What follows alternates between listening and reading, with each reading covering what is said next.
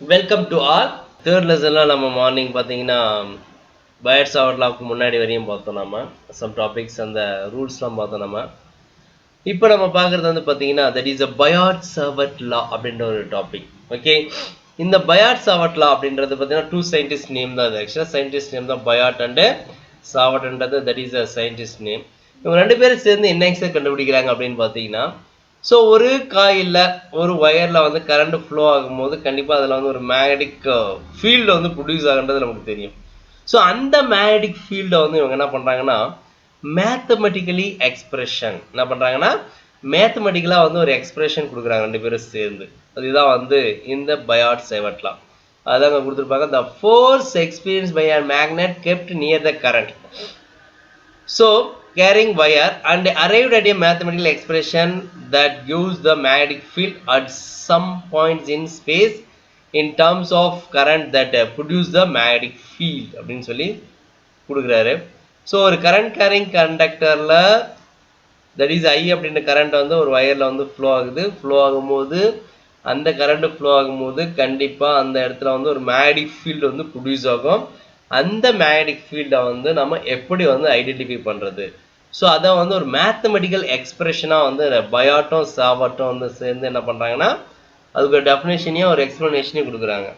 So இந்த டயக்ராமில் பார்த்தீங்கன்னா that is a potential difference. That is a minus plus அப்படின்னு ஒரு பேட்டரி ஆர் செல்லில் வந்து கரண்ட்டை வந்து ஃப்ளோ பண்ணுறோம். இன்னியா வயர் ஒரு வயர் வழியாக நம்ம கரண்ட் வந்து ஃப்ளோ பண்ணுறோம். ஃப்ளோ பண்ணும்போது that small segment TL vector, அந்த வயரில் வந்து ஒரு ஸ்மால் செக்மெண்ட், ஒரு சின்ன ஒரு ஏரியா லென்த் வந்து நம்ம என்ன எடுத்துக்கிறோம்னா டிஎல். இதுதான் அதனுடைய லென்த் வந்து பார்த்தீங்கன்னா இங்கே இந்த பாயிண்ட்டுக்கு இந்த பாயிண்ட்டுக்குள்ள அந்த லென்த் வந்து நம்ம என்ன பண்ணுறோம் டிஎல்னு எடுத்துக்கிறோம். ஸோ அந்த டிஎல்ன்றது சம் ஆர் டிஸ்டன்ஸில் பி அப்படின்ற ஒரு பாயிண்ட் எடுத்துக்கிறோம். ஸோ இந்த பி பாயிண்டில் தான் நம்ம மேக்னெட்டிக் இண்டக்ஷன் என்னன்னு கண்டுபிடிக்கிறோம். ஸோ இந்த வயரை சுற்றி தான் நமக்கு மேக்னெட்டிக் ஃபீல்டு இருக்கும். வயரை சுற்றி தான் நமக்கு என்ன இருக்கும் மேக்னெட்டிக் ஃபீல்டு வந்து இருக்கும். அப்படின்னா அந்த வயரை சுற்றி இருக்கக்கூடிய மேக்னெட்டிக் ஃபீல்டில் ஏதோ ஒரு பாயிண்ட் ஆர் டிஸ்டன்ஸில் இன் எக்ஸாம்பிள் டிபி அப்படின்ற அந்த மேக்னெட்டிக் ஃபீல்டு வந்து பி பாயிண்டில் எவ்வளோ இருக்கும் அப்படின்றத வந்து நம்ம கால்குலேட் பண்ணலாம். அதனுடைய டிஸ்டன்ஸ் வந்து ஆர் அப்படின்னு நம்ம எடுத்துக்கிறோம். ஸோ இந்த I into DL that is a current segment அப்படின்னு சொல்லுவாங்க. ஐ இன்ட்டு டிஎல் கரண்ட்டை வந்து அந்த வயரில் போகுது இல்லை, தட் ஐன்றது current and DL is a small segment or small length of the conductor. So that is a small segment அப்படின்னு நம்ம எடுத்துக்கலாம். ஸோ இதில் கரண்ட்டு ஃப்ளோ ஆகுது. ஃப்ளோ ஆகும்போது நம்ம கொடுக்கக்கூடிய அந்த கரண்ட்டு இந்த வயரில் ஃப்ளோ ஆகுது. அந்த ஸ்மால் ஏரியாவில் அந்த ஒரு மிட் பாயிண்டில் அந்த சம் டிஸ்டன்ஸில் ஆர் டிஸ்டன்ஸில் what is a magnetic field. So அந்த மேக்னெட்டிக் ஃபீல்டு வந்து எதை டிபெண்ட் பண்ணியிருக்கும் அப்படின்றது தான் அதனுடைய டெஃபினேஷனே. ஸோ எதை டிபெண்ட் பண்ணியிருக்கு, இங்கே என்னென்ன இருக்குது அப்படின்னு பார்த்துக்கலாம். இங்கே என்ன இருக்குன்னா தட் இஸ் ஐ அப்படின்ற கரண்ட் இருக்குது.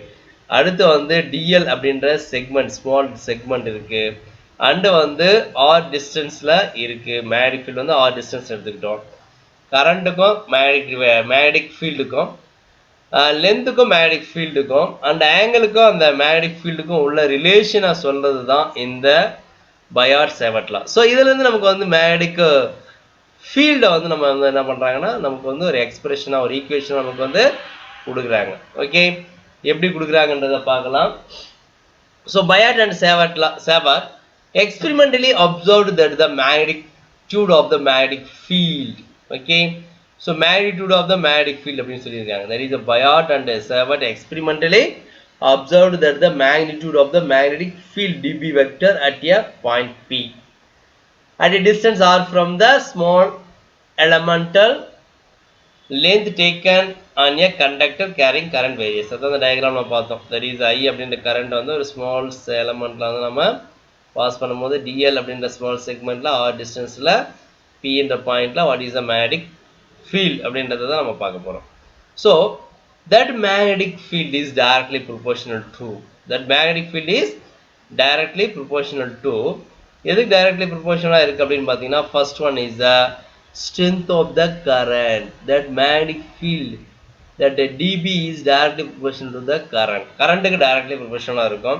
ஸோ கரண்ட்டை டிபெண்ட் பண்ணி தான் நமக்கு மேக்னெட்டிக் ஃபீல்டு வந்து அதிகமாக இருக்கிறதோ கம்மியாக இருக்கிறதோ அந்த மாதிரி நம்ம டிசைட் பண்ண முடியும். ஸோ தட் இஸ் அ கரண்ட்டை டிபெண்ட் பண்ணி நம்மளுடைய மேக்னெட்டிக் ஃபீல்டு இருக்கும். So that is a magnetic field is directly proportional to the current அப்படின்னு நம்ம சொல்லலாம். அடுத்து directly as the magnitude of the length element DL. So அந்த மேக்னிடியூட் வந்து எதுக்குன்னா அந்த லென்த் எலமெண்ட்டுக்கு வந்து டைரக்ட்லி ப்ரொபோஷனலாக இருக்கும். Okay, and then directly as the sine of the angle theta between DL and R. ஆருக்கும் எல்லுக்கும் ஓகே, இங்கே வந்து R vector that is unit வெக்டருக்கும் அந்த டிஎலுக்கும் உள்ள ஆங்கிள் தீட்டாவுக்கும் வந்து எப்படின்னா டைரக்ட்லி ப்ரொபோஷனலாக இருக்கும். And then inversely as the square of the distance or between the point P. So நம்ம அந்த டயக்ராமில் பார்த்தீங்கன்னா இந்த ஆர் அப்படின்ற அந்த டிஸ்டன்ஸ் அப்படின்னு பார்த்தீங்கன்னா பாயிண்ட் பிக்கும் இந்த மிடில் பாயிண்ட் டிஎலுக்கும் உள்ள அந்த டிஸ்டன்ஸ் வந்து பார்த்தீங்கன்னா இன்வெர்ஸ்லி ப்ரொபோஷனலாக இருக்கும். எதுக்கு இன்வெர்ஸ்லி ப்ரொபோஷனலாக இருக்கும் அப்படின்னு பார்த்தீங்கன்னா தட் மேக்னெட்டிக் ஃபீல்டுக்கு இன்வெர்ஸ்லி ப்ரொபோஷனலாக 1/r அர்த்தம். அது இங்கே ஸ்கொயர் ஆஃப் த டிஸ்டன்ஸ் கொடுத்துருக்கோம் 1/r². Okay, so first equation என்ன எழுதிருக்கேன்னா that magnetic field is directly proportional to the current அப்படின்னு எழுதிருக்கோம். next one is the directly proportional to the magnitude of the length dl ன்னு சொல்லியிருக்கோம். third வந்து sin of the angle that is the theta, and the last inversely proportional to the square of the distance between the point p க்கும் அந்த mid point of the o க்கும் உள்ள அந்த distance வந்துக்கு டிஸ்டன்ஸ்க்கு ஸ்கொயரா இருக்கும். that is the inversely proportional of the inversely as the square of the distance அப்படின்னு நம்ம சொல்றோம். இது எல்லாத்தையும் சேர்த்து தான் இங்கே ஒரு ஈக்குவேஷனாக கொடுத்துருப்பாங்க. ஓகே, என்ன கொடுத்துருக்காங்க, dB proportional to I into DL sine theta. இது எல்லாமே directly proportional. Current is directly proportional, that length is directly proportional, that angle is directly proportional, and square of the distance is inversely டிவைடில் போட்டிருப்பாங்க. Okay, so இந்த ஒரு ஃபார்முலாவை நாம் வச்சு நம்ம என்ன பண்ணலாம் அப்படின்னா அந்த டெஃபினிஷன்ஸை இதுதான் லா definition of the what is the Biot-Savart law, what is the definition of Biot-Savart law. அந்த 4 பாயிண்ட் எழுதி இந்த ஈக்குவேஷன் எழுதினீங்கன்னா அவ்வளவுதான் 2 marks or 3 marks. Okay, that's all. So இந்த 4 பாயிண்ட்டை வந்து நம்ம மெமரி பண்ண தேவையில்லை, இந்த ஒரு ஃபார்முலா நமக்கு தெரிஞ்ச போதும். So dB directly proportional to I dl sine theta divided by r square அப்படின்னு அந்த ஃபார்முலா வச்சுக்கிட்டு that magnetic field is directly proportional to the current, that magnetic field is directly proportional to the magnitude of the length of the element, and that magnetic field is directly proportional to the sine of the angle between the dl and r, and the magnetic field is inversely proportional to the square of the distance between the r and p அப்படின்னு சொல்லி நம்ம போட்டுடலாம். Okay, so இதுதான் வந்து Biot-Savart law or definition of the Biot-Savart law அப்படின்னு நம்ம சொல்லலாம். So இந்த இதில் வந்து ப்ரொபோஷனல் சிம்பிள் எடுத்துட்டு என்ன பண்ணுவாங்கன்னா ஒரு constant that is dB is equal to k அப்படின்ற ஒரு கான்ஸ்டன்ட் மல்டிப்ளை பண்ணி I into dl sin theta divided by r square எழுதிடுறோம். and then k அப்படின்றது that is a constant. அந்த கான்ஸ்டன்ட் வேல்யூ நம்ம என்ன எடுத்துக்கிறோம்னா mu naught divided by 4pi, mu naught divided by 4pi அப்படி நாம எடுத்துக்கிறோம். இன்னொரு வெக்டர் நோட்டேஷன் எழுதும்போது dB vector is equal to mu naught ideal vector and r cap divided by 4pi r square நம்ம எழுதலாம். Okay, that is a vector notation எழுதும்போது இங்க வந்து நம்ம vector symbol போடுறோம். magnetic field is a vector quantity, current and element is a vector quantity. அடுத்து வந்து note நம்ம பின்னாடி படிக்க போறோம். current ஏன் வந்து scalar quantity, பட் ஆனா இந்த இடத்துல வந்து நம்ம வந்து ஐயும் டிஎல்லும் சேர்ந்தா கரண்ட்டும் அது ஒரு ஒயர்ல போகும்போது அது வந்து என்ன பண்றோம், நம்ம அதை வெக்டர் குவான்டிட்டியா எடுத்துக்கிறோம். and r cap that is a unit vector, and then 4pi r square formula. Okay, so இது எல்லாமே எழுதினாதான் உனக்கு வந்து ஒரு 2 மார்க்கோ ஒரு 3 மார்க்கோ கொடுப்பாங்க. ஓகே, இந்த ஃபார்முலா மட்டும் இன்னைக்கு எக்ஸாமில் வந்து பப்ளிக் எக்ஸாமினேஷன் என்ன பண்ணுவாங்கன்னா Biot-Savart டிஃபைன் Biot-Savart law அப்படின்னு கேட்டாங்கன்னா இந்த 4 பாயிண்ட் எழுதினாலே நமக்கு வந்து 2 மார்க்கில் கேட்டால் 2 மார்க்ஸ் கொடுத்துருவாங்க. ஆர் இந்த 4 பாயிண்ட்ல வந்து தப்பு பண்ணிட்டேன், ஆர் இந்த 4 பாயிண்ட்டுமே எழுதலை, டேரெக்டாக இந்த ஈக்குவேஷன் மட்டும் எழுதி வச்சா கூட நமக்கு வந்து 1 மார்க்ஸ் வந்து கிடைக்கும். ஸோ எப்பவுமே நம்ம எழுதும்போது ஒரு டெஃபினேஷனுக்கு ஒரு ஃபார்முலா இருக்குது, யூனிட் இருக்குது, அதோட குவான்டிட்டி ஏதாவது கொடுத்துருக்காங்கன்னா எல்லாத்தையுமே சேர்த்து எழுதுனா மட்டும்தான் நமக்கு வந்து ஒரு ஃபுல் மார்க்ஸ் கிடைக்கும். சம்டைம் வந்து சிலது மிஸ்டேக்காக இருந்தாலும் சிலது நம்ம அடிஷனல் எழுதும் போது அதுக்கு வந்து நமக்கு கீழே கொடுத்துருப்பாங்க, ஆல்டர்னேட் கீ கொடுத்துருப்பாங்க. ஸோ நமக்கு Biot-Savart law அப்படின்னா வந்து லா எழுதுனா 2 மார்க்ஸ், ஃபார்முலா மட்டும் எழுதுனா 1 மார்க் கொடுக்கலாம் அப்படின்னு சொல்லி கொடுத்துருப்பாங்க. ஆர்னு போட்டு இன்னும் ஃபார்முலா 1 மார்க்ஸ் அப்படின்னு கொடுத்துருப்பாங்க. ஸோ அதனால் நீ என்ன பண்ண, ரெண்டுமே நீ எழுதுனீங்கன்னா மட்டும்தான் உனக்கு வந்து பிரச்சனை இல்லை. ஓகேவா, ஏதாவது ஒரு மிஸ்டேக் இருந்தாலும் ஏதாவது ஒரு மார்க் தான் நமக்கு கிடைச்சிடும். ஓகே, நெக்ஸ்ட் என்ன பார்க்க போறோம்னா இந்த direction of the magnetic field தான். ஸோ நம்ம ஏற்கனவே 2 ரூல் பார்த்தோம். ஓகேவா, ஸோ அந்த 2 ரூலை டிபெண்ட் பண்ணி தான் இந்த ரூலும் இருக்கும். That is right hand rule. இது என்ன நம்ம சொல்கிறோம், ரைட் ஹேண்ட் ரூல். ஃப்ளெமிங்னுடைய ரைட் ஹேண்ட் ரூல்னு ஒன்று இருக்குது, ஃப்ளெமிங் லெஃப்ட் ஹேண்ட் ரூல் இருக்குது, and then form rule, thumb finger rule அப்படின்னு நம்ம நிறைய ரூல் பார்த்தோம். இங்க வந்து பாத்தீங்கன்னா ஸோ ஒரு சாதாரண ரைட் ஹேண்ட் எடுத்துக்கிறோம். ரைட் ஹேண்ட்ல பாத்தீங்கன்னா that is a four finger is the direction of the current element. இதெல்லாம் நம்ம சொல்றோம் ஐடியல்ல current element. Okay, so that is a middle finger is the direction of the unit vector. இது வந்து unit வெக்டரா இருக்கு நமக்கு. and then thumb finger is the direction of the magnetic field. இது என்ன சொல்றோமா direction of the magnetic field அப்படி நாம எடுத்துக்கலாம். so that is a b vector is equal to, so நம்ம வந்து ஜெனரலா வந்து டோட்டல் நம்ம பார்த்தது வந்து that is a small segment க்கு தான் பார்த்தோம். small segment க்கு தான் நமக்கு என்ன பார்த்தோம், dl க்கு தான் வந்து என்ன பார்த்தோம், magnetic field பார்த்தோம். so total element க்கு magnetic field வேணும்னா that is the integral of db vector is equal to mu naught by 4 pi, that is a k value. the mu naught divided by 4 pi என்றது k value. mu naught divided by 4 pi I into dl vector into r cap divided by r square, that is a vector notation. so scalar எழுதும்போது நமக்கு வந்து angle நம்ம sin theta ன்னு எழுதிருப்போம். Okay, so இது வந்து நமக்கு that is a total conductor உடைய magnetic field calculate பண்ணதுக்கான formula அப்படி நாம சொல்லலாம். and then இதுல வந்து ஒரு ரெண்டு கேஸ் கொடுத்திருக்காங்க. ஃபர்ஸ்ட் கேஸ் என்னன்னா, so நம்ம p என்ற ஒரு பாயிண்ட் வந்து நம்ம பார்த்தோம், p lies on the conductor then the theta equal to 0. so இந்த கண்டக்டர் இப்படி இருந்தது, நல்லா ஞாபகம் வச்சுக்கோங்க. இந்த டயகிராம் வந்து இன்னொரு இங்க டிரா பண்றேன். இப்படி இருந்தது, இந்த இடத்துல வந்து ஸ்மால் செக்மெண்ட் வந்து dl இருந்தது, இங்க பாசிட்டிவ் நெகட்டிவ் இருந்தது, கரண்ட் வந்து இங்க ஃப்ளோ ஆயிட்டு இருந்தது. இங்க பாசிட்டிவ் நெகட்டிவ் போட்டுக்கோங்க. இது பாசிட்டிவ் நெகட்டிவ் இருந்தா தான் இங்க கரண்ட் இந்த டைரக்ஷன் ஃப்ளோ ஆகும். ஃப்ளோ ஆகும்போது இந்த பாயிண்ட்ல இருந்து இங்க சம் பாயிண்ட் p அப்படின்னு பார்த்தோம். இது யூனிட் வெக்டர் n கேப் பார்த்தோம், தட் இஸ் ஆங்கிள் தீட்டான்னு பார்த்தோம், தட் டிஸ்டன்ஸ் இஸ் r ன்னு பார்த்தோம். இதுல இந்த p அப்படின்ற பாயிண்ட் நமக்கு வந்து அவுட்டர்ல இருக்கு, இந்த கண்டக்டரோட அவுட்டர் இருக்கு. Suppose this p points in a conductor, இந்த கண்டக்டர் மேலே p இருந்தா என்ன ஆகும், that is angle is θ equal to 0. ஆங்கிள் வந்து என்ன ஆயிடும், θ 0வா இருக்கும். சோ θ 0வா இருந்தா db வேல்யூ என்னவா இருக்கும், sin 0 is 0. sin θ தான் நமக்கு ஃபார்முலா என்ன வந்து நம்ம பார்த்தோம், db is equal to I into dl sin theta divided by r square, that is a k into k.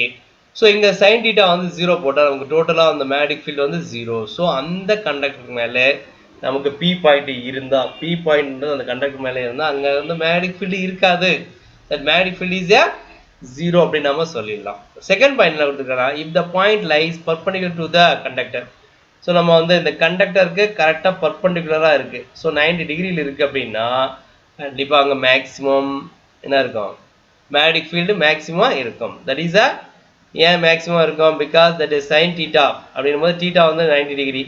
So sin 90 degree is equal to 1. அப்புறம் என்ன வரும் நமக்கு, k into IDL divided by r square, that is a maximum magnetic field are produced that point, that is a mu naught divided by 4 by IDL divided by r square into n cap, that is a vector notation. இந்த மாதிரி நம்ம maximum magnetic field இருக்கு அப்படின்னு நாம சொல்லலாம். Okay, so இதுதான் வந்து அந்த கேசஸ், ரெண்டு கேசஸ்.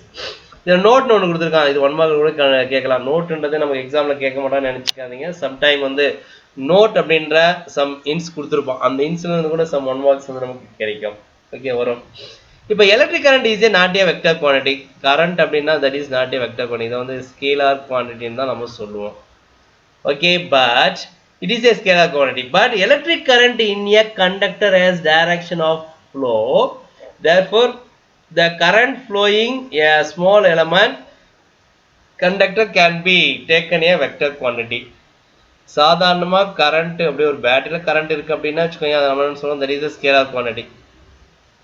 அதே கரண்ட்டை வந்து ஒரு செக்மெண்ட்னா ஒரு வயர்ல ஃப்ளோ பண்றோம். ஒரு வயர்ல ஃப்ளோ பண்ணும்போது ஒரு சம் லென்த்ல, சம் டிஸ்டன்ஸ் ஆர் லென்த்ல வந்து அந்த கரண்ட் வந்து ஒரு சம் டைரக்ஷன்ல தான் ஃப்ளோ ஆகும். ஸோ இப்போ பாசிட்டிவ் மேலே இருக்குன்னா பாசிட்டிவ் டு நெகட்டிவ்லாம் கரண்ட் ஃப்ளோ ஆகும். அப்போ ஒரு கரண்ட்டை வந்து ஒரு வயர்ல கனெக்ட் பண்ணும் போது அந்த வயர்ல கரண்ட் ஃப்ளோ ஆகும்போது அதை நம்ம என்னன்னு சொல்றோம்னா, that is I into dl is a vector quantity, not a I vector quantity. I வந்து சிங்குலர் இருந்தா that is not a vector quantity. ஐயோட அந்த கண்டக்டரோட லென்த்தும் சேரும்போது that is a small segment வந்து ஸ்மால் எலமெண்ட்டை வந்து நம்ம கனெக்ட் பண்ணும் போது அந்த ஐயோட நமக்கு வந்து ஸ்மால் எலமெண்ட்டை வந்து ஆட் ஆகுதுன்னா கரண்ட் ஃப்ளோ ஆகும்போது அந்த இடத்துல வந்து இது என்னன்னு சொல்றோம், நம்ம vector quantity. That current is a vector quantity நாம சொல்லுவோம். ஓகே, ஸோ எப்போ கரண்ட் வெக்டர் குவான்டிட்டி, ஸ்மால் எலமெண்ட்ல கரண்ட் ஃப்ளோனா மட்டும் தான் வெக்டர் குவான்டிட்டி. இன்னும் சிங்கிளா இருக்கும்போது அதனுடைய கரண்ட் வந்து ஸ்கேலார் குவான்டிட்டி தான் நம்ம சொல்லணும். ஓகே, அடுத்து similarities between electric field and magnetic field. So நம்ம எலக்ட்ரிக் ஃபீல்டு நம்ம ஃபர்ஸ்ட் லெசனில் பார்த்தோம், தட் இஸ் அ கூலும்ஸ் லா அப்படின்னு ஒன்று பார்த்தோம், ஞாபகம் இருக்கும். அதே மேக்னெட்டிக் ஃபீல்டுன்றது பயாட் சேவர்ட் லால நம்ம பார்க்குறோம். இது ரெண்டுத்துக்கு உள்ள சிமிலாரிட்டி அப்படின்னு பார்த்தீங்கன்னா, electric and magnetic fields obey inverse square லா. இந்த இன்வர்ஸ் ஸ்கொயர் லா ரெண்டுமே பார்த்தீங்கன்னா ஆர் ஸ்கொயர் அப்படின்னு சொல்லி வந்து இன்வர்ஸ் ஸ்கொயர் லாவை ஒபே பண்ணும். So they are long range field, அதனால வந்து they are long range field அப்படின்னு சொல்கிறோம். ஸ்கொயர் லாவை ஒபே பண்ண ரெண்டுத்துலையுமே வந்து ஆர் ஸ்கொயர் டிவைடில் வரும், அதனால ஸ்கொயர் லாவை ஒபே பண்ணுறதுன்னு சொல்கிறாங்க. அது obey the principle of the superposition principle or linear with respect to the source. Okay, so that is E electric field is proportional to the charge. அதே மாதிரி இங்கே வந்து magnetic field is proportional to the small element, current carrying element, that is I into DL. So ரெண்டுமே வந்து பார்த்தீங்கன்னா that is a principle of superposition தான். So principle of superposition நம்ம first லெசனில் பார்த்துருப்போம். That is a Q1 charge அப்படின்னும் போது Q charge Q1 + Q2 அப்படின்னு சொல்லி நம்ம ஆட் ஆகிட்டே போயிட்டு இருக்கக்கூடிய அந்த பொசிஷன், அதான் நம்ம சூப்பர் பொசிஷன் அப்படின்னு நம்ம சொல்லுவோம். ஓகே, இது வந்து 1 or 2 மார்க்கில் கேட்கலாம். That is a 2 mark 2 point வந்து நம்ம எழுதலாம். That is a similarities between electric and magnetic field or Coulomb's லாவுக்கும் பயாட் சேவர்ட் லாவுக்கும் உள்ள சிமிலாரிட்டி என்னன்னு கூட கேட்கலாம் நமக்கு. ஓகே, அடுத்து வந்து டிஃப்ரென்ஸ் பார்க்கலாம். That is a difference between the electric field and magnetic field or difference between the Coulomb's law and Biot Savart law அப்படின்ற ஒரு டாப்பிக்கை நம்ம பார்க்க போகிறோம். ஸோ இதில் என்ன கொடுத்துருக்காங்க அப்படின்னா, எலக்ட்ரிக் ஃபீல்ட் அப்படிங்கும்போது produced by scalar source. So current வந்து பார்த்தீங்கன்னா that is a scalar source. So electric charge, இந்த electric charge is a scalar source. இங்கே வந்து produce by a vector source, current element, that is not a current element use பண்ணுறதால இங்கே வந்து ஒரு vector source நம்ம எடுத்துக்கிறோம். இங்கே எலக்ட்ரிக் ஃபீல்டில் வந்து சார்ஜ் மட்டும் எடுத்துக்கும் போது that is a scalar source அப்படின்னு நம்ம எடுத்துக்கிறோம். இதுதான் டிஃப்ரெண்ட் எலக்ட்ரிக் ஃபீல்டுக்கும் மேக்னெட்டிக் ஃபீல்டுக்கும் உள்ள different. First point. Second point, it is a directed along the position vector joining the source and the point at which the field is calculated. So நம்ம வந்து பார்த்தீங்கன்னா two charges வந்து separated small distance போட்டு எடுத்திருப்போம். Okay, இங்கே வந்து பார்த்தீங்கன்னா it is directed perpendicular to the position, இது வந்து பேரலாக எடுத்திருப்போம். இங்கே வந்து பார்த்தீங்கன்னா it is a directed perpendicular to the position vector or vector and the current element. So இது பர்பண்டிகுலர் இருக்கும், கரண்ட் இப்படி ஃப்ளோ ஆகுது, தட் எலமெண்ட் வந்து டிஎல். ஓகே, ஒன்றுக்கு ஒன்று நமக்கு எப்படி இருக்குன்னா that position vector r and current element எப்படி இருக்குன்னா நமக்கு வந்து பர்பண்டிகுலராக இருக்கும் அப்படின்னு சொல்லி நம்ம இதில் பார்க்கலாம். Third point, does not depend on the angle. இதில் வந்து ஆங்கிள்லாம் கிடையாது, தட் இஸ் பேரலாக வந்து 2 சார்ஜஸ் தான் நம்ம எடுத்திருப்போம். So there is no angle, இங்கே வந்து does not depend on the ஆங்கிளே இருக்காது. பட் இங்கே depends on the angle between that position vector.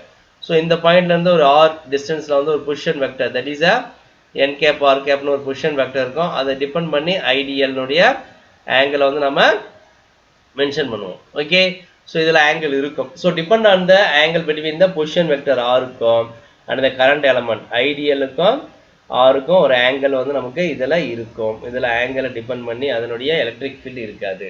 So these 3 points are difference between electric field and magnetic field அப்படின்னு நம்ம சொல்கிறோம். ஓகே, ஸோ இது வந்து ஒரு 3 மார்க் கொஸ்டினாக நமக்கு கேட்கலாம்.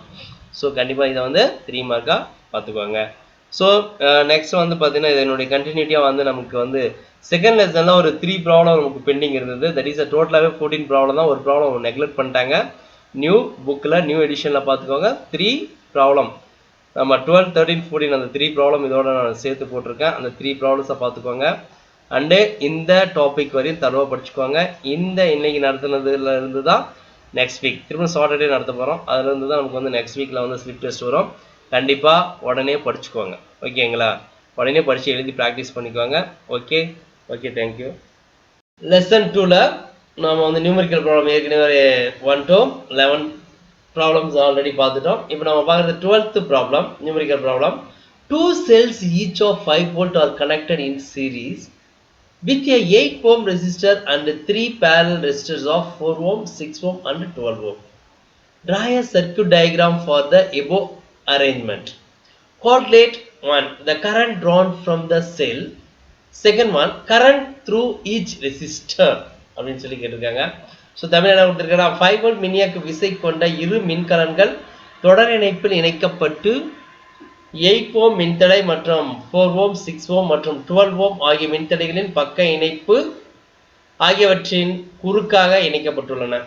மேற்கண்ட அமைப்பிற்கு மின் சுற்று ஒன்று வரைந்து மின்கலத்திலிருந்து பெறப்படும் மின்னோட்டம் மற்றும் ஒவ்வொரு மின்தடை வழியே செல்லும் மின்னோட்டம் ஆகியவற்றை கணக்கிடுக அப்படின்னு சொல்லி கொடுத்துருக்காங்க. ஸோ என்ன கொடுத்துருக்காங்க அப்படின்னு பார்த்தீங்கன்னா 2 செல்ஸ் இருக்கு. ஒரு செல் வந்து 5 வோல்ட், இன்னொரு செல் வந்து என்ன கொடுத்துருக்காங்க, ரெண்டுமே ஈச் செல்ஸ் ஆர் 5 வோல்ட், ரெண்டு செல்லுமே 5 வோல்ட் கொடுத்துருக்காங்க. அதே மாதிரி நம்ம ட்ரா பண்ணலாமா? ஸோ இப்போ ட்ரா பண்ணுறது நமக்கு வந்து தட் இஸ் வெரி இம்பார்ட்டன்ட். ஏன்னா டிராயிங்கும் கேட் இருக்கான். ஸோ அப்புறம் என்ன பண்ணலாம், ஈச் செல் அப்புறம் என்ன பண்ணலாம், ஒரு செல் வந்து நம்ம என்ன பண்ணுறோம், தட் இஸ் அ 5 வோல்ட், இன்னொரு செல் எவ்வளவு, அதுவும் என்னது 5 வோல்ட் அப்படின்னு நம்ம எடுத்துக்கிறோம். Okay, this is 5 volt and then 5 volt 2. So அடுத்து என்ன கொடுத்துருக்காங்க, are connected in series, சீரிஸ்ல கனெக்ட் பண்ணிட்டோம். 8 ohm resistor and 3 parallel resistors, series with 8 ohm. இதுல வந்து சீரிஸா வந்து ஒரு 8 ohm resistor நமக்கு என்ன இருக்குன்னா ஒரு சீரிஸ்ல இருக்கு அப்படின்னு கொடுத்துட்டோம். And then next என்ன கொடுக்குறோம் அப்படின்னு பாக்குறீங்களா, next நமக்கு என்ன கொடுத்துருக்காங்க அப்படின்னு பாத்தீங்கன்னா and 3 parallel resistors of 4 ohm, 6 ohm, 12 ohm. இது கூட என்ன இருக்குன்னா parallel இருக்குன்னு சொல்லிருக்கோம். அப்புறம் என்ன பண்ணோம், இதுக்கு parallel இப்படி தானே வரணும், டயக்ராம் வந்து எப்படி வரணும்னா இப்படி வரணும். ஸோ இதுக்கு parallel ஒரு ரெசிஸ்டர், இன்னொரு parallel ரெசிஸ்டர் 2, 3 சொல்லியிருக்கான். ஸோ இன்னொரு வந்து parallel ரெசிஸ்டர். ஸோ இந்த 3 ரெசிஸ்டர் எப்படி இருக்குன்னா parallel இருக்கு. என்னென்ன, தட் இஸ் இது வந்து 4 ohm, 6 ohm and then 12 ohm. சீரியஸ்ல இருக்கக்கூடிய ரெசிஸ்டன்ஸுடைய வேல்யூ எவ்வளவு இருக்குன்னு பாத்தீங்கன்னா 8 ohm. ஸோ ரெண்டு பொட்டன்ஷியல் டிஃபரன்ஸ் வந்து சீரியஸ் கனெக்ஷன்ல இருக்கு. That is a cells, that is a 5 volt and 5 volt. இதுதான் வந்து டயக்ராம். ஓகே, இந்த டயக்ராம் என்ன கேக்குறா, the current drawn from the cell. So இந்த செல்ல இருந்து வரக்கூடிய கரண்ட் எவ்வளவு இருக்கும் அப்படின்னு சொல்லி கேட்கறான் ஃபர்ஸ்ட் கொஸ்டின். ஸோ கரண்ட் கேட்கறான். அப்புறம் ஈச் செல் வந்து எவ்வளவு, சாரி ஈச் ரெசிஸ்டர்ல ஒவ்வொரு ரெசிஸ்டர்லயும் வந்து வாட் இஸ் த கரண்ட் அப்படின்னு சொல்லி கேட்கறான். ஸோ அதுக்கான சொல்யூஷன் நம்ம பார்க்கலாம். அதுக்கு முன்னாடி இங்க வந்து பார்த்தீங்கன்னா these 3 resistors are parallel. அப்புறம் என்ன எழுதிக்கலாம், ஃபார்முலா வந்து அதனுடைய ஈக்குவல் ரெசிஸ்டன்ஸ் கண்டுபிடிக்கலாம். that is 1 by Rp is equal to 1 by R1 plus 1 by R2 plus 1 by R3 எழுதுமா ஃபார்முலா. ஸோ சப்ஸ்டிட் பண்ணி என்ன வரும், 1 by 4 plus 1 by 6 plus 1 by 12. So 12 எல்சியமா எடுத்தீங்கன்னா என்ன வரும், that is a 3s are 2s are and then 1. okay, so 6 divided by 12 வரும். so 6 divided by 12 that is என்ன வரும், 1 by Rp is equal to 1 by 2, 1 by 2 வரும். therefore நமக்கு Rp is equal to என்ன எழுதலாம், that is a 2 ohm. so that is a the parallel 3 parallel connectionல இருக்கக்கூடிய value வந்து நமக்கு எவ்வளவு இருக்கு அப்படின்னு பாத்தீங்கன்னா that is a 2 ohm அப்படி நமக்கு கிடைக்குது. so இப்போ 8 resistors connected in series. so 8 ohm அப்படின்ற ரெசிஸ்டன்ஸ் வந்து என்ன ஆகுது, connected in series இருக்கு. அப்புறம் total resistance எல்லாமே கால்குலேட் பண்ணோம். so இது எல்லாம் சேர்ந்தது Rp, இது எல்லாமே சேர்ந்தது என்னன்னு சொன்னோம்னா Rp. so இது ஒரு resistance, so that is a R அப்படின்னு கூட எடுத்துக்கோங்க. ஓகே, so ரெண்டு சீரிஸ்ல இருக்கும்போது எப்படி கால்குலேட் பண்ணலாம், so ஒன்னு சீரிஸ்ல இருக்கு, சீரிஸ்ல இருந்தா அதுக்கு என்ன formula, R is equal to R plus Rp. so R எவ்வளவுக்கு 8 ohm இருக்கு, Rp எவ்வளவு கண்டுபிடிச்சோம் நம்ம 2 ohm கண்டுபிடிச்சோம். therefore 10 ohm. so total resistance டோட்டலா சீரிஸ்ல எடுத்துக்கிட்டோம்னா என்ன இருக்கு, நமக்கு டோட்டலா 10 ohm ரெசிஸ்டன்ஸ் கிடைக்குது.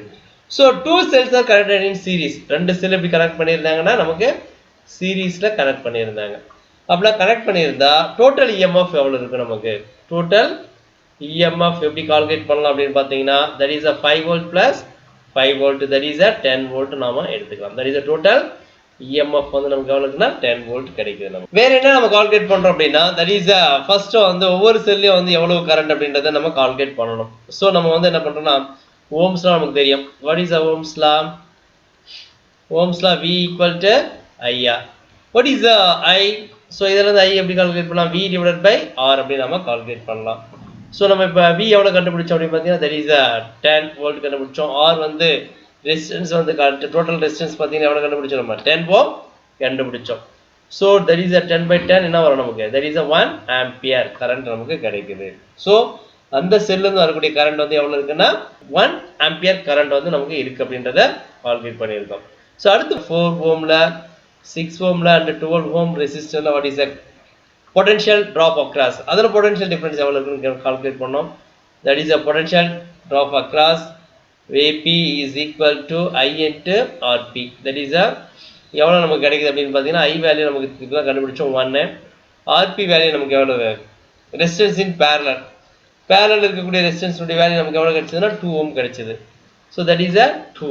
ஸோ நமக்கு வந்து 2 வோல்ட் வந்து கிடைக்குது. என்னது இந்த 2 வோல்ட் அப்படின்றது வந்து பார்த்தீங்கன்னா potential drop across the parallel combination of 3 resistor. அந்த 3 பேரலல் இருக்கக்கூடிய அந்த ரெசிஸ்டன்ஸோட பொட்டன்ஷியல் டிஃபரன்ஸ்.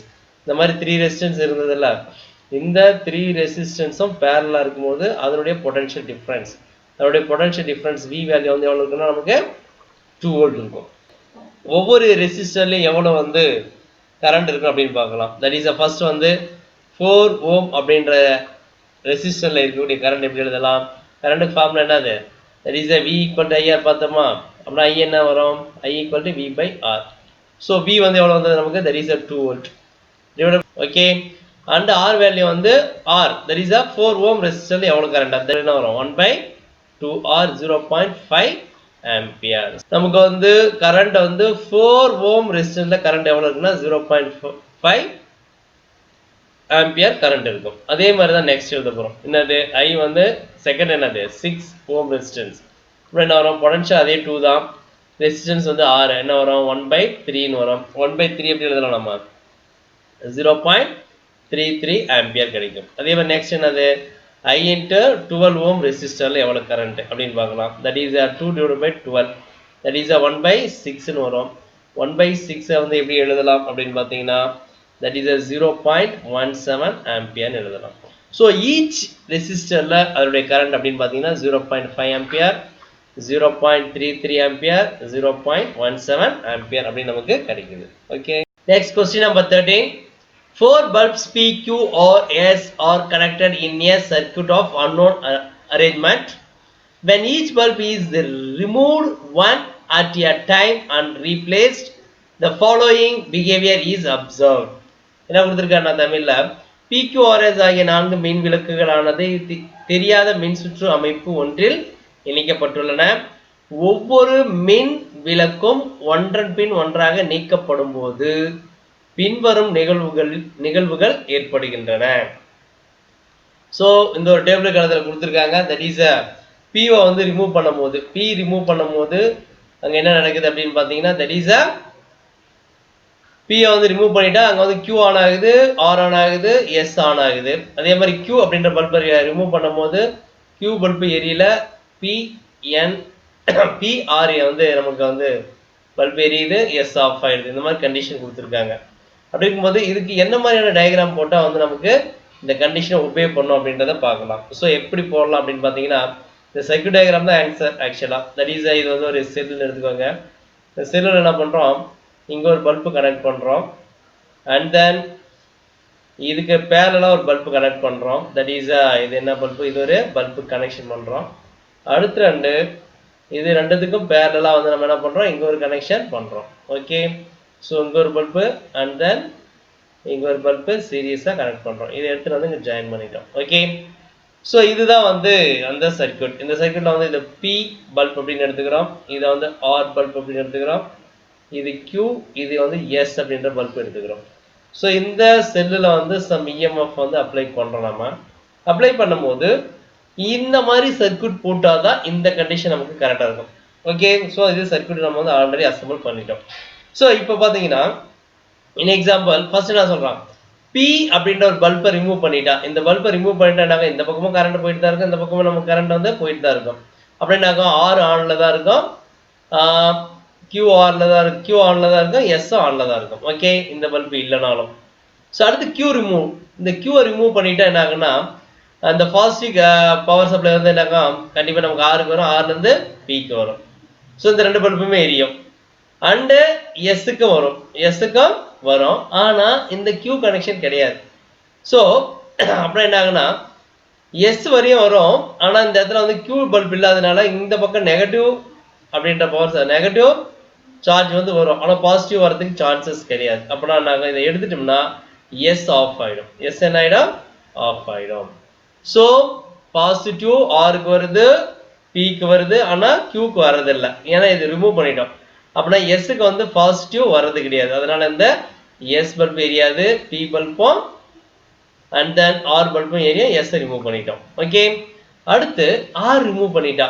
இந்த ஆரை ரிமூவ் பண்ணிட்டா நமக்கு கண்டிப்பா என்ன ஆகாது, எதுவுமே எரியாது. பி இந்த பாசிட்டிவ் வந்து நமக்கு என்ன, பிக்கு வராது, கியூஆர் எதுக்குமே வராது, ஆர் எஸ் எதுக்குமே வராது. ஸோ எல்லா பல்புமே ஆஃப் கண்டிஷனா மாறிடும். அடுத்து எஸ் ரிமூவ் பண்றோம். எஸ் ரிமூவ் பண்ண என்ன ஆயிடும், நமக்கு வந்து ஆருக்கு வந்து பாசிட்டிவ் நெகட்டிவ் போகுது, தட் இஸ் அ பி வந்து ஆன்ல இருக்கும். ஸோ அடுத்து வந்து கியூக்கு வந்து பாசிட்டிவ் வரும், கியூக்கு வந்து பாசிட்டிவ் வரும், ஆனால் நெகட்டிவ் வந்து வராது நமக்கு, ஏன்னா இங்கே ரிமூவ் பண்ணியாச்சுன்னா வராது. அப்படின்னா கியூ வந்து என்ன ஆகிடும், ஆஃப் கண்டிஷன் ஆகிடும். ஸோ இங்கே வந்து பார்த்தீங்கன்னா ஆர் ஆன்ல இருக்கும் அண்ட் தென் பி வந்து ஆன்ல இருக்கும். ஸோ இது ரெண்டு என்ன ஆகும், ஒன்று ரிமூவ் பண்ணிட்டு ஒன்று வந்து ஆஃப் கண்டிஷனில் இருக்கும். ஸோ ரொம்ப ரொம்ப ஈஸியான ஒரு கொஸ்டின். ஸோ இந்த சர்க்யூட் வந்து நாம அசம்பிள் பண்ணணும். நாம தான் இந்த டிராயிங் வந்து ட்ரா பண்ணி இந்த சுச்சுவேஷனுக்கு தகுந்த மாதிரி எது ஆன் எது ஆஃப் அந்த சுச்சுவேஷனுக்கு தகுந்த மாதிரி இந்த வந்து பல்பை வந்து நம்ம ஃபிக்ஸ் பண்ணணும். Next 14th question. In a potentiometer arrangement a cell of EMF 1.25 volt use a balance point at 35 cm length of the wire. If the cell is replaced by another cell and the balance point shift to 63 cm, what is the EMF of the second cell? So இது தமிழ் என்ன கொடுத்திருக்காங்கன்னா, ஒரு மின்னழுத்தமானி அமைப்பில் 1.25 volt மின்னியக்கு விசை கொண்ட மின்கலம் தரும் சமன்செய் நீளம் 35 centimetre நீளத்தில் ஏற்படுகிறது. இந்த மின்கலம் மாற்றப்பட்டு மற்றொரு மின்கலம் இணைக்கப்படும் போது சமன்செய் நீளம் 63 சென்டிமீட்டருக்கு நகர்கிறது எனில் இரண்டாவது மின்கலத்தின் மின்னியக்கு விசை என்ன அப்படின்னு சொல்லி கேட்கிறான். ஸோ இந்த கொஸ்டின்ல நமக்கு என்ன டேட்டா கொடுத்துருக்காங்க அப்படின்னு பார்க்கலாம். ஃபர்ஸ்ட் கிவன் டேட்டாஸ், என்னென்ன கிவன் டேட்டாஸ் கொடுத்துருக்காங்க அப்படின்னு பார்த்தீங்கன்னா, ஸோ நம்ம ஏற்கனவே பொட்டன்ஷியோமீட்டர் அப்படின்னு நம்ம பார்த்தோம், கம்பேரிசன் ஆஃப் இஎம்எஃப் ஆஃப் பொட்டன்ஷியோமீட்டர்னு ஒன்று பார்த்துருப்போம். அதில் வந்து ஒரு செல் வந்து தட் இஸ் 1.25 வோல்ட் கொடுத்துட்டாங்க, தட் இஸ் E1 எடுத்துக்கோங்க. இன்னொன்று வந்து E2 இஸ் ஈக்குவல் டு என்னன்னு நமக்கு தெரியாது. பேலன்சிங் லென்த் வந்து L1 வந்து கொடுத்துருக்காங்க, தட் இஸ் 35 சென்டிமீட்டர். அதே மாதிரி L2 வேல்யூ வந்து 63 சென்டிமீட்டர் கொடுத்துட்டாங்க. ஆக்சுவலாக 1 மீட்டர் ஒயர் லென்த்தாக இருந்தால் அங்கே வந்து 65 அண்ட் 35 இருக்கும், இங்கே வந்து 98 சென்டிமீட்டர் தான் இருக்குது டோட்டலாக.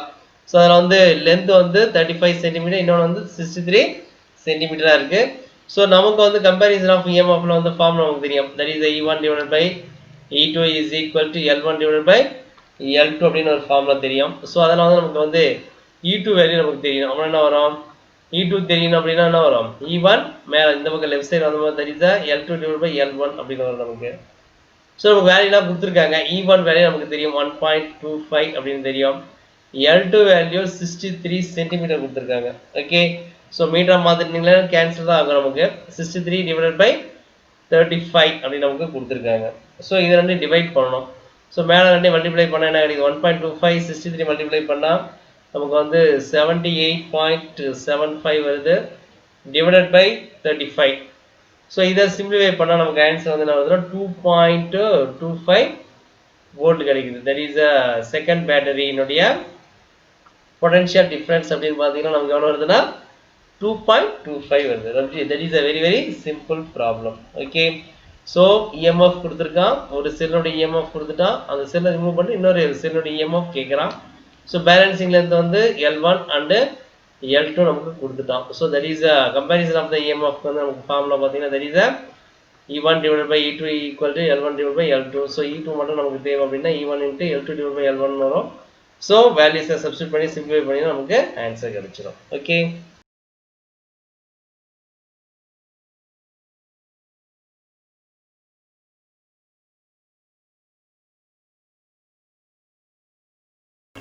ஆரம்ப காலத்தில் மின்சாரம் என்பது கட்டுப்பாடு இல்லாத காட்டாற்று வெள்ளம் போல் பாயக்கூடியதாக இருந்தது.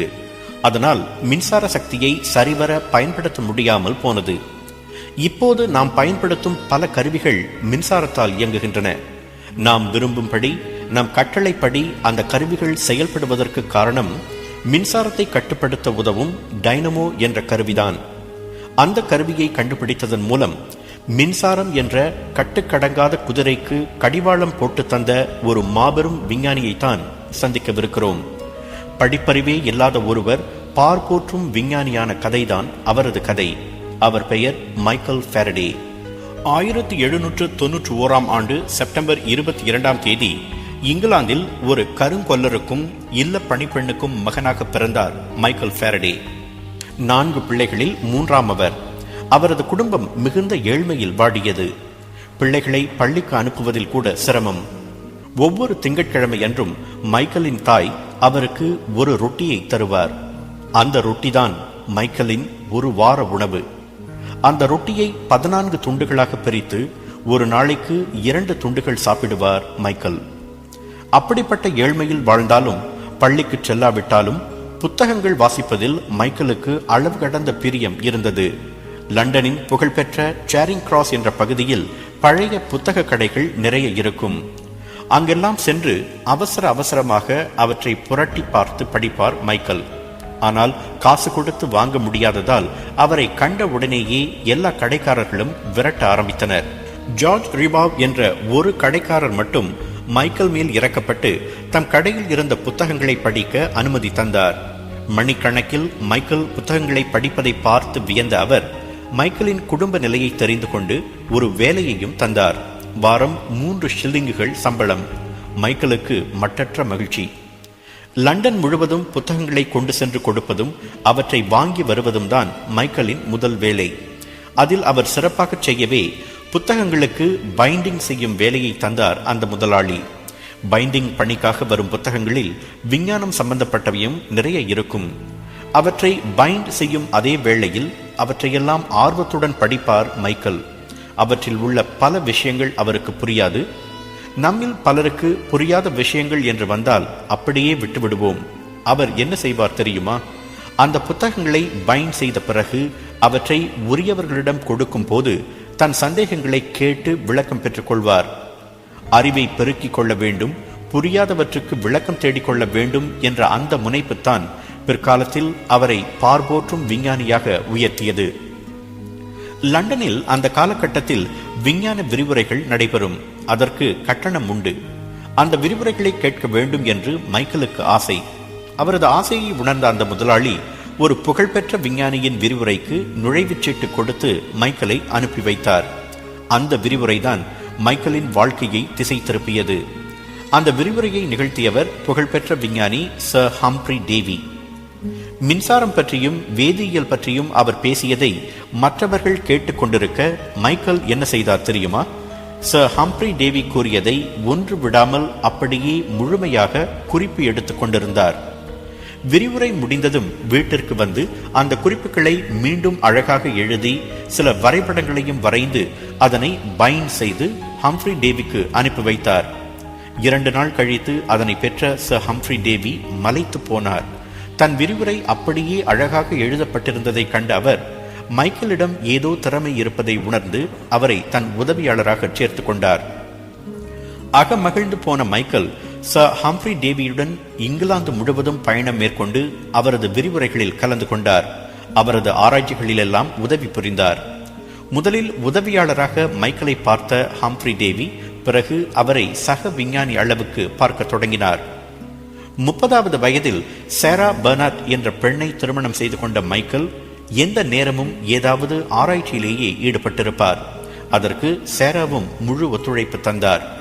கொஞ்சம் கொஞ்சமாக அவரது ஆராய்ச்சிகளை இங்கிலாந்து மெச்சத் தொடங்கியது. அவருக்கு 40 வயதான போது காந்தத்தினால் மின்சார சக்தியை உருவாக்க முடியும் என்பதை விளக்கி காட்டினார்.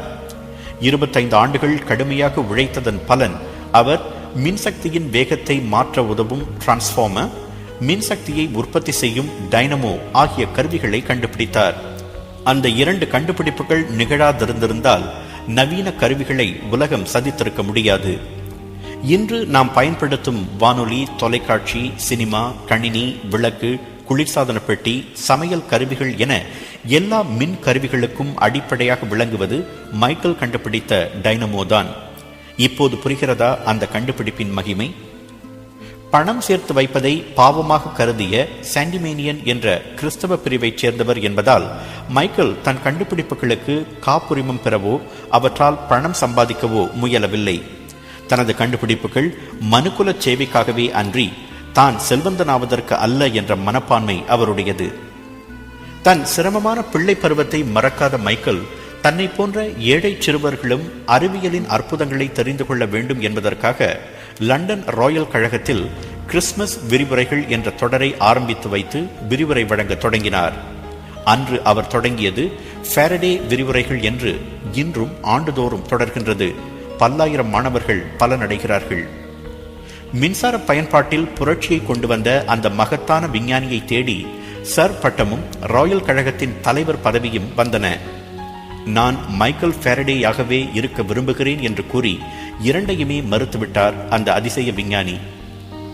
இறுதி வரை எளிமையையே விரும்பி எளிமையான வாழ்க்கையையே வாழ்ந்த மைக்கேல் ஃபாரடே 1867 ஆண்டு ஆகஸ்ட் 25ஆம் தேதி தனது 76வது வயதில் காலமானார். பல புகழ்பெற்ற அறிஞர்களைப் போலவே அவரது நல்லுடலும் வெஸ்ட்மின்ஸ்டர் அபேயில் அடக்கம் செய்யப்பட்டிருக்கும். ஆனால் அவர் விரும்பியபடியே ஒரு சாதாரண இடுகாட்டில் அவரது உடல் அடக்கம் செய்யப்பட்டது. ஒருமுறை சர் ஹம்ப்ரி டேவியிடம் உங்கள் கண்டுபிடிப்புகளில் மகத்தானது எது என்று கேட்கப்பட்டது. அதற்கு அவர் சட்டென்று சொன்ன பதில் மைக்கேல் ஃபாரடே. ஒரு மேதையின் வாயாலேயே மேதை என்று புகழப்பட்ட மைக்கேல் ஃபாரடேயின் வாழ்க்கை நமக்கு கூறும் உண்மை மிக மிக எளிதானது. உலகை கூர்ந்து கவனிக்க வேண்டும், சந்தேகங்களை போக்கிக் கொள்ள நிறைய கேள்வி கேட்க வேண்டும், நிறைய படிக்க வேண்டும். ஒரு வாரத்துக்கு ஒரு ரொட்டி துண்டுதான் என்றாலும் நம்பிக்கையோடு போராட வேண்டும். அப்படி செய்யும் எவருக்கும் மைக்கேல் ஃபாரடேக்கு வசப்பட்ட அதே வானம் வசப்படும்.